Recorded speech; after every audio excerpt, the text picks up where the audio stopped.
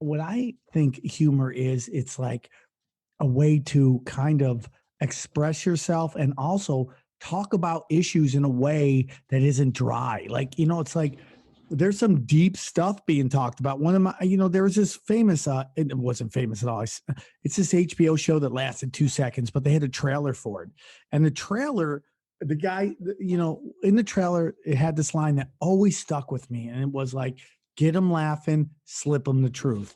And that's really what humor's about is it's not it's not necessarily making fun of, but it's illuminating. Are you curious about discovering ways of making your life better? Then welcome to my podcast. I'm Bob Nickman, and this is The Exploding Human.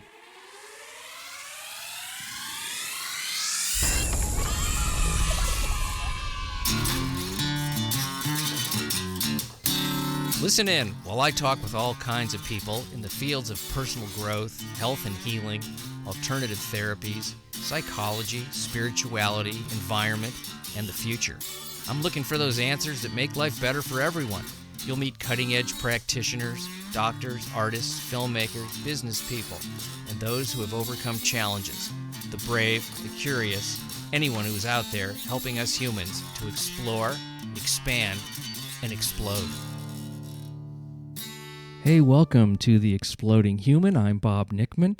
My guest today is Sam Tripoli, and we are going to be talking about humor and spirituality. But first, I'd like to invite you to visit my website, theexplodinghuman.com. You can see photos of all my guests, hear all the episodes, read the synopses of the episodes, little bio on myself, and a donate button if you'd like to support the show.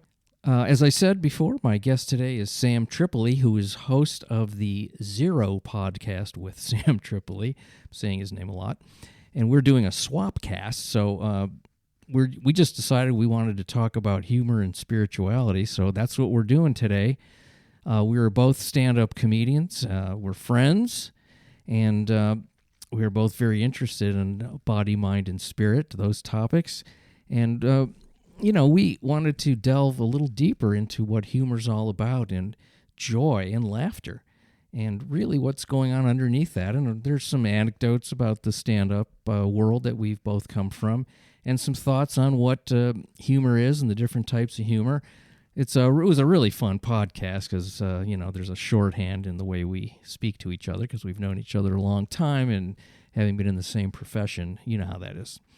So let's listen in to the first swap cast between The Exploding Human and the Zero podcast. Please welcome my guest, Sam Tripoli.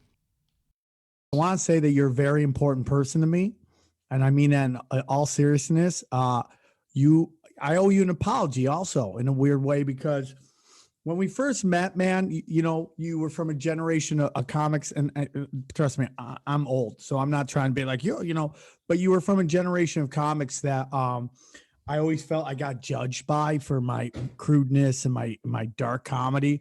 But man, getting to know you over these last, especially during this whole pandemic that's going on, whatever we're dealing with, and you and I have a relationship in another situation. I don't know how much you want to talk about that, but to get to know you through that, man, you have a wonderful dark sense of humor that I really love and I really respect it. And I just wanted you to know that I have a lot of love and respect for you. So I really do appreciate you coming on my show. It means a lot to me. You're very important to me. Well, again, I love having you on my show if we're going to be doing this one together. I never judged your comedy. Maybe people, my peers, I'm about 10 years older than you, I guess, but I never had that. I always loved I love anybody that pushes the limits and is a little dark. That I enjoy that. That makes me laugh. Well, I get to hear your humor almost every night, and it's always such a wonderful thing to hear because, we're going through this chaos right now. Sometimes it's really hard to laugh. And you are great at just saying the right thing at the right time. And, it's wonderful to hear because I think some people don't realize that, spirituality, sobriety, all that stuff doesn't mean you got to be like walking on water and suddenly be like the King's Speech Cadesa and all that stuff. That you could just really be Yes. raw and real, and just like also be like one with the universe. And I think it's wonderful. And I really do appreciate all your jokes all the time, man. Thanks, man. I love to laugh, and it's my favorite thing. I've always been, I have a dark side, obviously, and a sad side, and that serious side. But I think that there's, you can't have dark without light, and light without dark, and positivity without negativity. And um, there is a joy in finding humor inside or within something that's a little darker, don't you think? I think that's life. It's I think that's survival. how we deal with the darkness is finding the humor in it. I think people, at some point somewhere being offended became this like felony that like just we had to like it was like that it had to be stopped at all costs. And I'm just like, man, if you're offended, that that means an emotional reaction happened. That's a beautiful thing. It doesn't always have to be positive. It's okay to be angry at something. It's fine. That's an emotion. And I think we've just kind of looked at it the wrong way. And also, my opinion, if you get offended by jokes, your life is going too good, and you're probably pampered, in my honest opinion. Well, you're probably right about that. And I'm also, the only jokes and I wouldn't even say the word is offended, if they're poorly executed and not that funny, they're offensive in that the art form has been bastardized and not performed well. That's a different issue than certain subject matters. And certain subject matters can be, if they're deftly executed, you can really enjoy almost anything. I Yeah, mean, I've I seen agree people with do that. funny shit about rape, which is not a funny thing, but I've seen them take it and take something that horrific and make it into something where you're like, it's not really about that, it's something else, and I they've totally agree. I totally agree. And it's like George Carlin said, anything could be funny. It's like anything. someone will rape. Well, what if Daffy Duck rapes Mickey Mouse? He goes, that's pretty funny.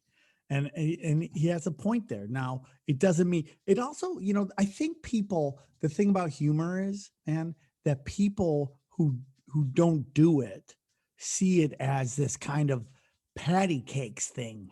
It's like meant to be like, yay, happy time. It's all good. Yay, yay, yay. And it's like what I think humor is, it's like a way to kind of express yourself and also talk about issues in a way that isn't dry. Like, it's like there's some deep stuff being talked about. One of my, there was this famous, it wasn't famous at all. It's this HBO show that lasted 2 seconds, but they had a trailer for it. And the trailer, the guy, in the trailer, it had this line that always stuck with me. And it was like, get them laughing, slip them the truth. And that's really what humor's about. It's not, it's not necessarily making fun of, but it's illuminating Yes. a situation, a way of discussing it, bringing it out to the open. It doesn't have to be mocking, not making fun of something. Just because you're talking about something doesn't mean you're degrading it or talking down to it. It's you're discussing the issue. Exactly. And the truth is the truth. And a good, to me, a really good stand up or any type of humor is really, it's a safety valve for society. Society gets pent up and it gets tense about these things, and a good performer will be let off the steam by getting to the truth and finding something that is elevating about it, or so true that you can't help but have an emotional release with laughter. And that is, that's the healing part of it. I think. I mean, it makes me feel good to laugh at something that is so goddamn true, you can't deny it. Uh, I um my belief was that the only person that could really talk truth back in the day when we had royals and all that was the jester. He was the only one that was allowed to say any criticism to the king because he could make everybody laugh. And that's always what I believe is happening. I do believe that is why when you see censorship it's really going after comedians for a couple reasons. One is like they tend to talk the truth, and the powers that be don't necessarily like that. And like, let's face it, man, stand-up comedy could be done for nothing. You don't really need a microphone. You really could just stand and have a bunch of people around you, and you could be shouting your jokes and still people laughing, and you don't need anybody's money to produce it. And that's another scary thing. That's The another freedom. podcast there, but it's stand-up comedy is one of the, I think it can be limited in the sense that we have to elicit a certain response. And I want to get into that too with you, because, you know, we just saw the Comedy Store doc, but you know, that it could reach so many people and you don't need anybody's help. And I think that scares a lot of people. It does, because the freedom that's involved in that, there's no, you're basically can't control someone else's mind and their voice. You can't do it. It's, you know, there's no money involved. The person can just get out there and say what they got to say. And it's like, oh man, it's out now. You can't stop it. That's what's so beautiful about it. And it's And like it's, you know, the less power, and you don't want to misuse that power. It's kind of like fire. You know, fire can be used to cook and to heat a home, or, you know, do all kinds of great stuff. And it can also be extremely destructive if anything misused. powerful like that. A gun could be a great tool for, you know, protection, or it could be used as a murder weapon. It's like, but it has no form. It's like, who is the person using it? It's like when I was coming up doing martial arts, my Sifu once said, it's like, the thing about martial arts is even quote unquote bad people can learn it. So it's all that whoever is wielding the tool is the person that really is the whole thing right there. Right. You have to look at intent. That's the most important thing. I think if you realize that someone is being their intention is to evoke a joyous response and to point out the truth and elicit laughter, that's very different than someone who's going to wield comedy to be hurtful. I don't think that is in some the people who like to be offended. They're going to get hurt because they like it. They get something out of it. No, I totally agree with you on that one. For me, it's like, how can you deal with what's going on in your life right now, and how can you turn it around and start like walking to your dreams, man? That's really what this is about. Like, where do we live? Who are we? What are we about? And I think the person that is going to step into that kind of space that Richard Pryor had is the person that's going to be able to unite everybody in terms of like getting away from, I'm this kind of, you know, I'm a black comic, I'm a white comic, I'm a gay comic, and being like everybody, that we're just people.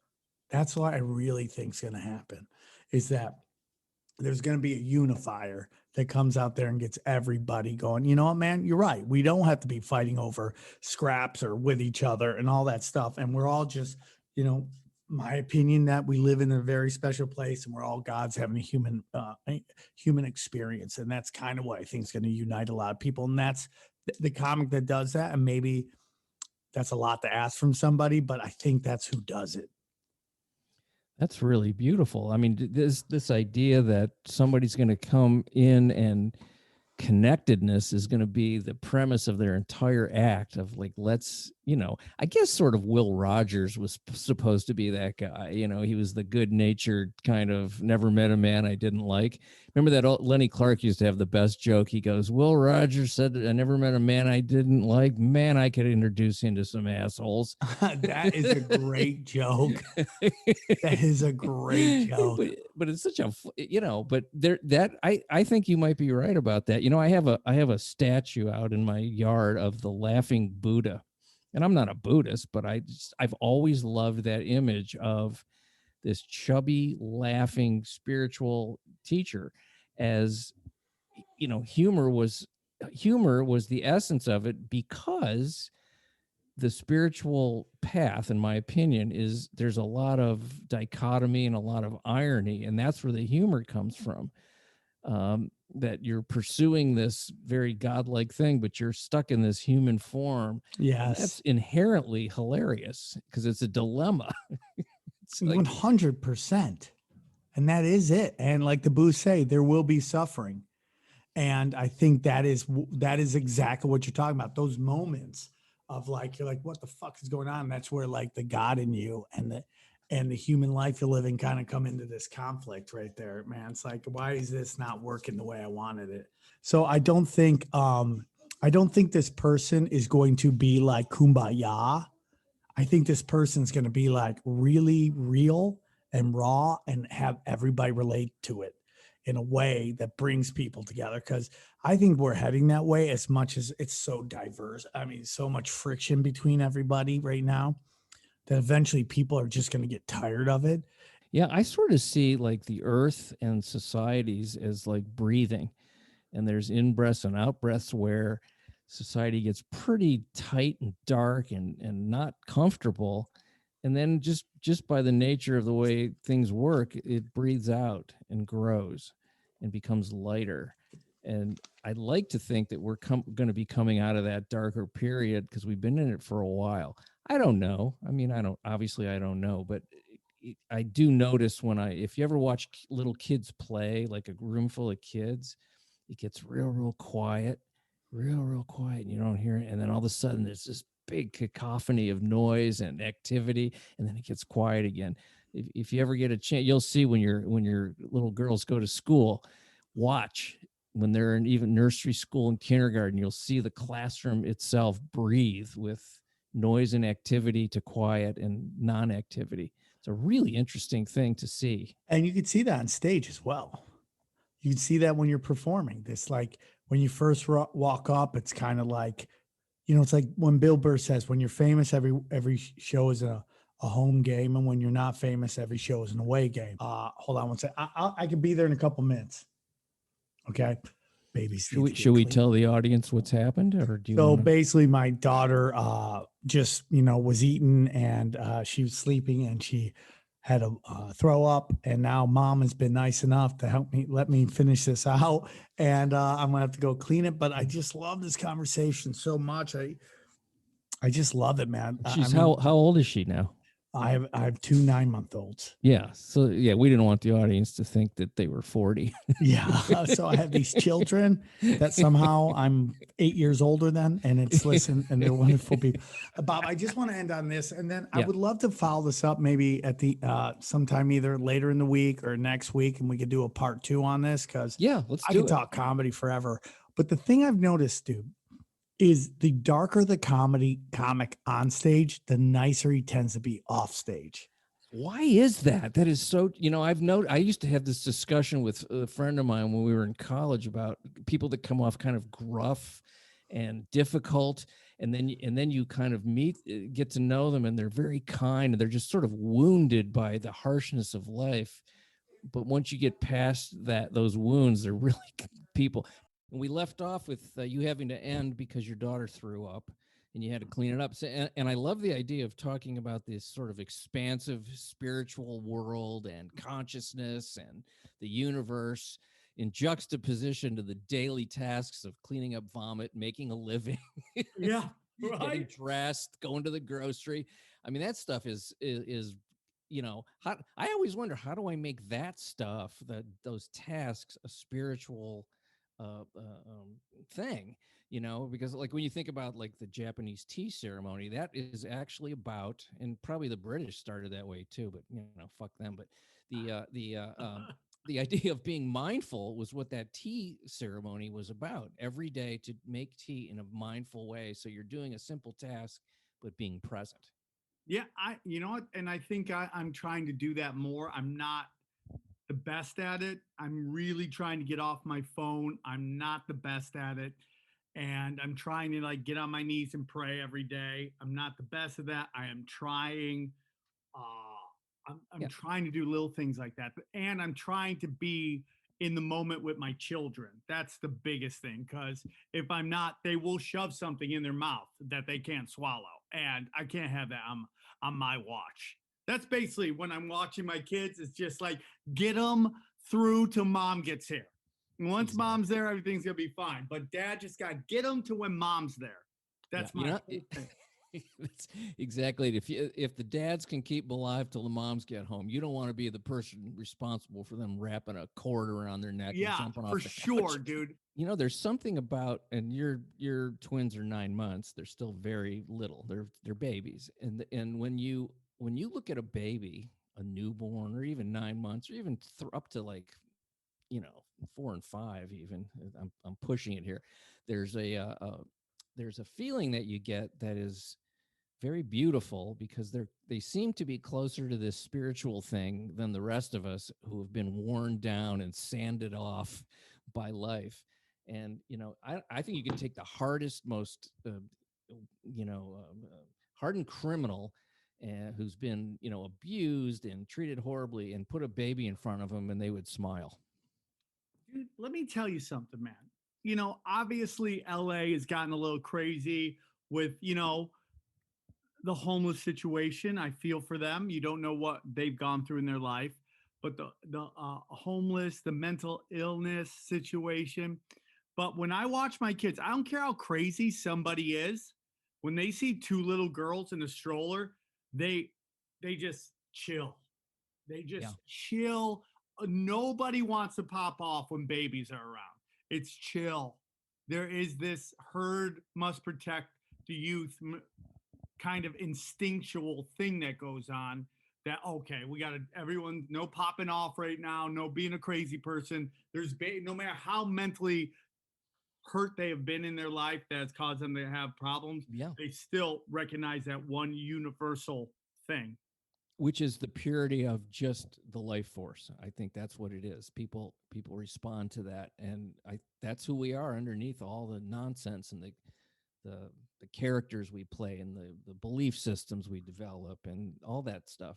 There is something, and I think that's where humor, since we are, historically we're comics, that's where the humor thing comes in, because that, to me, when it's not like done cruelly or anything like that, but when it's done with that inner laugh that's so joyful, that can be one of the most healing things that there is. And here I was talking about this with our mutual friend Karen Rentowski about the dark side, the shadow side of, and that comics are very in touch with that side. We're not afraid of it like a lot of people. We are willing to look at it and treat it with the same equality as the lighter side. And to find the humor in both of those places is really, to me, a spiritual task when done properly. I couldn't agree more. And it's almost like a badge of honor, where it's like outside of rappers, I don't know anywhere where it's like you wear your defects more. Comedy, it's mostly misfits. I mean, you see a lot of female comics, there's a lot of lesbians who are hilarious because they just never fit into your typical high school life. They knew they were different. They probably didn't want to come out at that moment. Maybe now they are, but back when they were growing up, it wasn't as acceptable. So the only way they could find attention and the fit in was being the funny girl. And that later on went on to, help them in their career. And also the other part of it, that when somebody makes me laugh, I like being around them. It makes you feel good. There is a very, I'll just use the word healing again, aspect to humor, which to me is a spiritual thing. That if a group of people are laughing, there's an unspoken camaraderie that's going on in the moment, and an understanding and an elevation of that group of people. And so if someone who is disseminating comedy is really doing, at its best, and I'm not, this is a little lofty, but spiritual work in one way. It doesn't have to be this sort of guru kind of woo-woo meditative moment with profound sayings. I mean, there's a lot to be said for just that moment of people enjoying life. When we look at comedy now, what do you think is going to happen with it? I mean, like, there's a lot of doom and gloom out there. I think, just watching like kind of what Saturday Night Live has allowed some of these big name comics to talk about, that Comedy Store doc, we saw, Brian Holtzman doing some pretty politically incorrect comedy on there.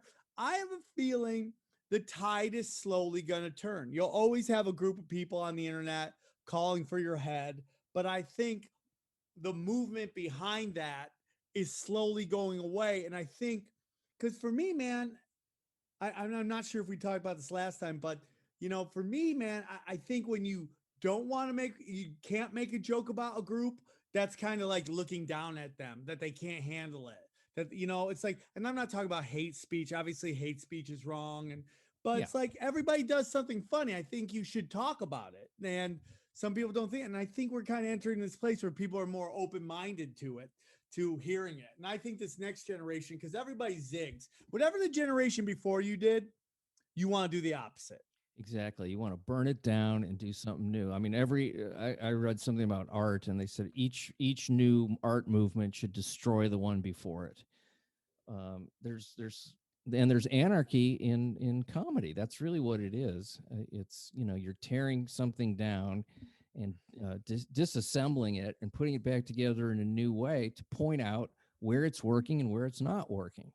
And I think that's important for, new generations to take a look at things and say, you know what, this is kind of stupid, or this doesn't really work anymore. And with the way social media has become, I think that's opened up even more for people to experiment comedically.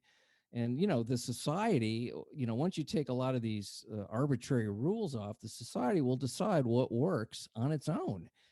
You don't need these artificial rules to say what's right and what's wrong. People, I think, myself, most people are pretty damn decent, and they really, the people I know one to one, even if I don't agree with them, they're all right. They want the same stuff. They want a nice place to live and some food and a little sex, a job. No, dude, I say that about the whole world, man. I've traveled the world. I did USOs all over the world, and you meet the locals, and they're everybody's same. They want to laugh, they want to feed their family. Yeah, and that's what. And I have to say, I think travel. Now that you're saying this, travel is one of the greatest ways to eliminate prejudice and people digging their heels in on these narrow ideas. The more you travel, the more you see we are so much more the same than we are different. Especially when you go to other countries. It's just, you go to another country, you don't even have to speak the language. You can see who the serious guy is, who the comic is in the room, who the trashy chick is. You can see all that stuff in any God group bless of the people. trashy chick. Yeah, dude, I'm with you, man. I'm with you, dude. You go around the world, you just see that we are more similar than we are different. And it's very interesting. That is one thing that's somewhat limiting about comedy, and why music, Coldplay can play anywhere they want. Yes. Even if they don't speak English, the crowd still sings the words to the song because they like it. Stand-up's very interesting because before, like things like Netflix and Amazon Prime and all that, we all had our own little culture, and we had our cultural references, and you go somewhere else, they wouldn't necessarily get it. I remember going to China like 15 years ago with Steve Byrne, and nobody got any of my references. No. And then I went back there a couple of years ago. They got everything because of Netflix and all these streaming services.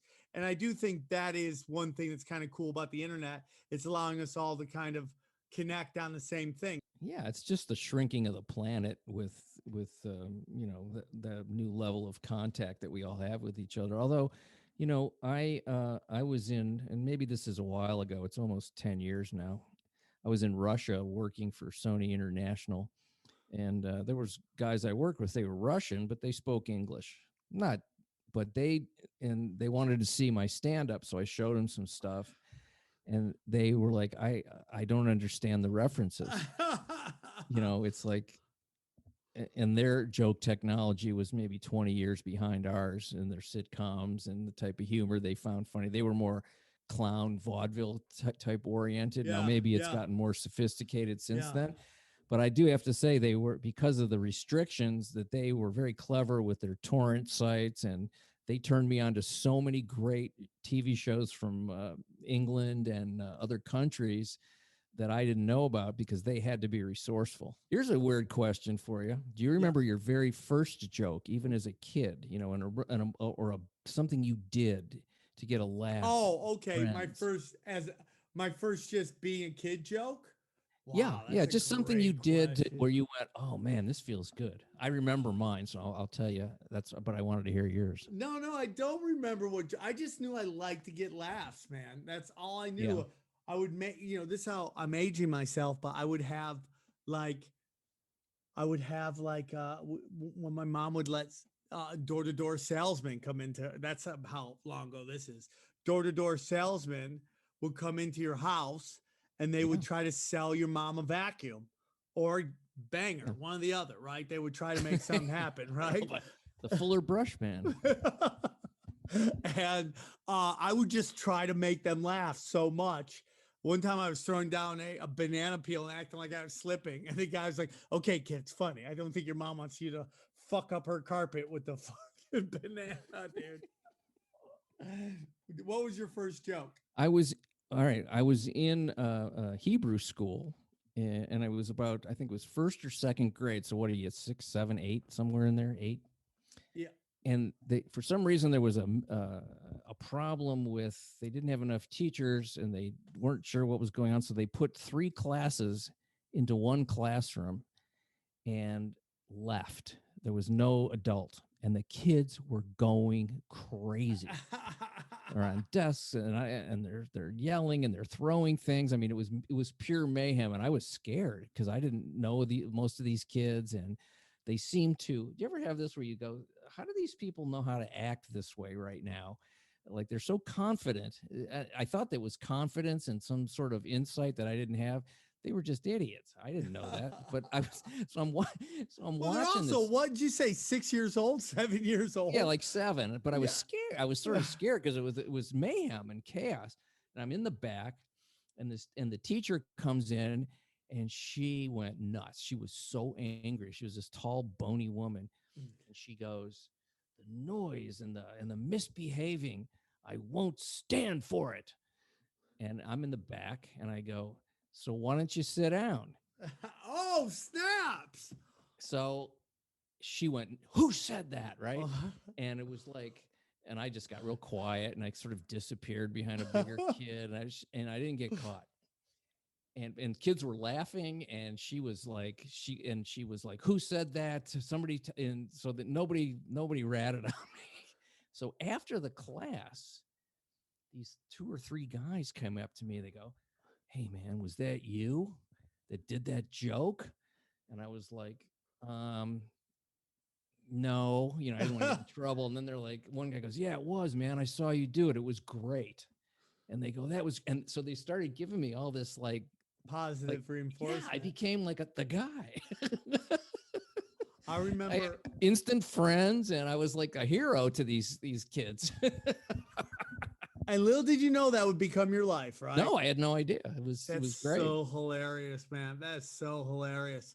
Were you a big kid, a little kid? Little. Yeah. So Tiny. you had to learn that, dude. You had to learn to make people laugh, or else you were going to get your ass beat. Thank you, Bob, for coming on. Thank you, everybody, for checking out Zero. We love you guys very much. And a big thanks from me to Sam Tripoli for participating in our Swapcast. I hope you guys enjoyed that show. I did. I enjoyed doing it. The explodinghuman.com is my website if you'd like to visit that. And please subscribe to my YouTube channel, which is The Exploding Human with Bob Nickman. Much appreciation for you listening into the show. Thanks so much. Have a wonderful day.